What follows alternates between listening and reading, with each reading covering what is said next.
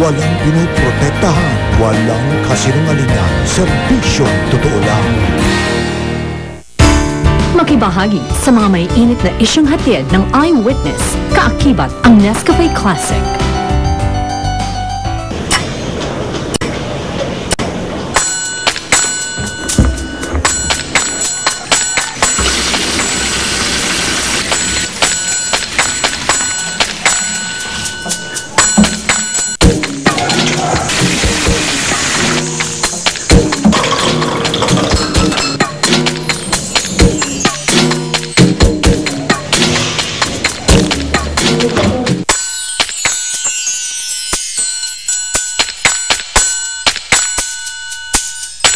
Kailangan kasi, pag mag-aayos ako ng kumot, kailangan pantay siya talaga. Yung eksaktong pantay.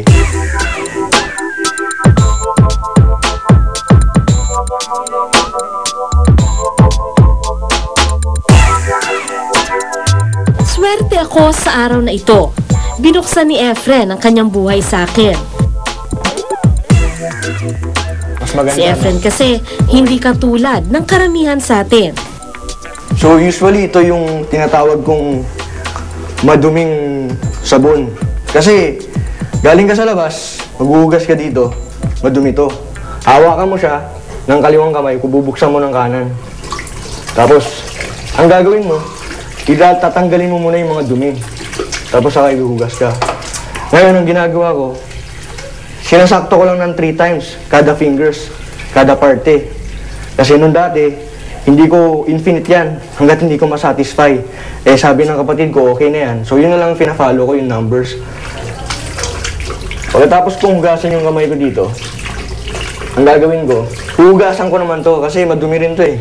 Nahawakan mo na nung hindi ka pa naghuhugas. So hugasan mo rin to.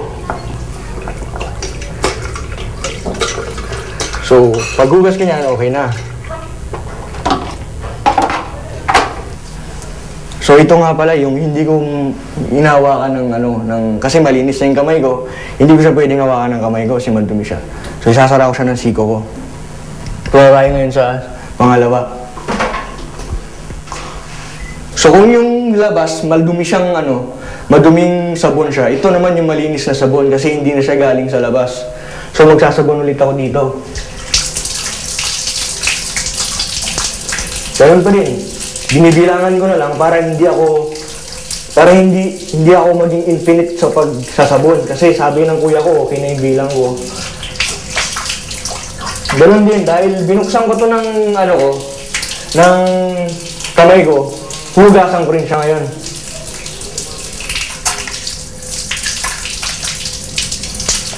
Para malinis siya. Yan, okay na. Tapos itong pag nagsisiyar ako, kaya rin naiihi ako, hindi ko to ginagamitan ng kamay. Kasi alam ko madumi yan eh. Diba? So ang ginagawa ko, yung paa. Hindi to alam ng mga kapatid ko na madumi pala yung pina-flash nila. So kayo lang makakalam na paa pala yung ginagamit ko pang flash ng kubeta. Yun. Si Efren mismo ang nagsabi sa akin, meron siyang obsessive-compulsive disorder o OCD. Isang chemical imbalance sa utak ng tao na pinagmumula ng mga bagay na pabalik-balik sa kanyang isipan kahit hindi niya ito kagustuhan. Kunin ko yung kutsara pamamagitan ng tindor para talagang malinis siya. Dahil dito, nagkakaroon siya ng compulsions o mga bagay na paulit-ulit niyang ginagawa para maibsan ang kanyang pag-aalala. Electronics engineer si Efren, galing sa may kayang pamilya. Pero hindi raw niya ikinahihiya ang OCD. Ever since po nung bata ako, mga early as grade 2, yun na po nag-umpisa na yung hugas ng kamay.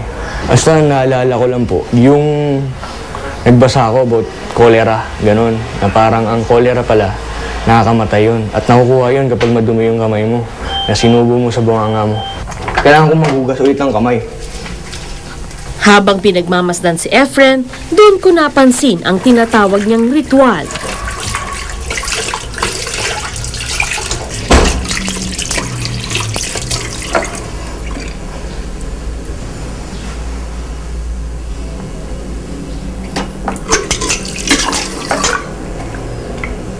So, hinahawakan ko to para maano ng senses ko na sarado na talaga siya, wala nang tumutulong tubig.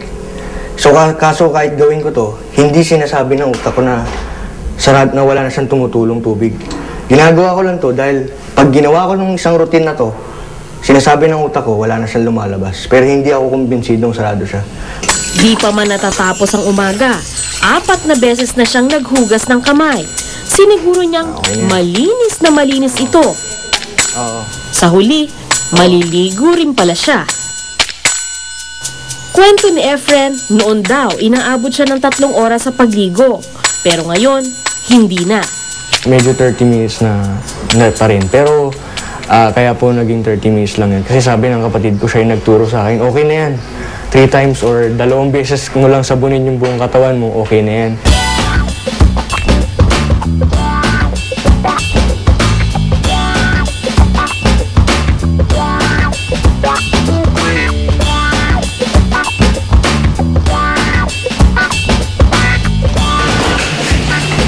Kailangan kasi malinis yung brief ko eh. Kailangan malinis siya. Kundi magkaka-AIDS ako, yun yung nasa isip ko. So, kailangan pinaplanta ko rin to.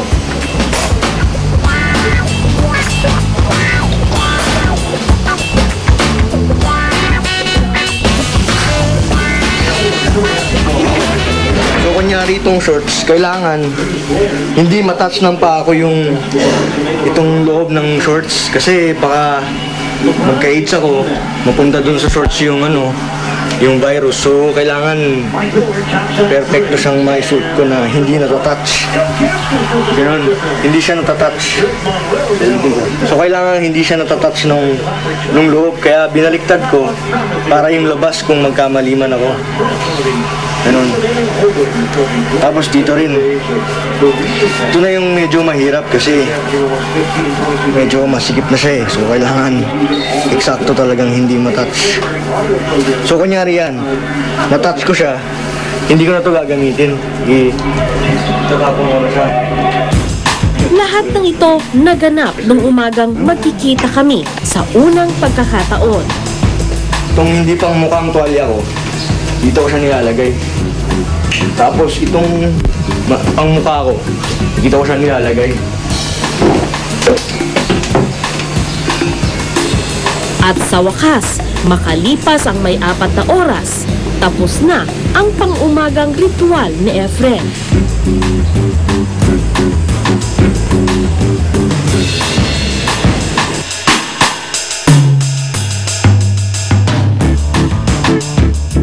Morning, engineer. Efren po. Good morning. Kamusta? Okay naman po. Anong ginagawa mo ngayon? Okay naman po. Patapos ko lang maligo.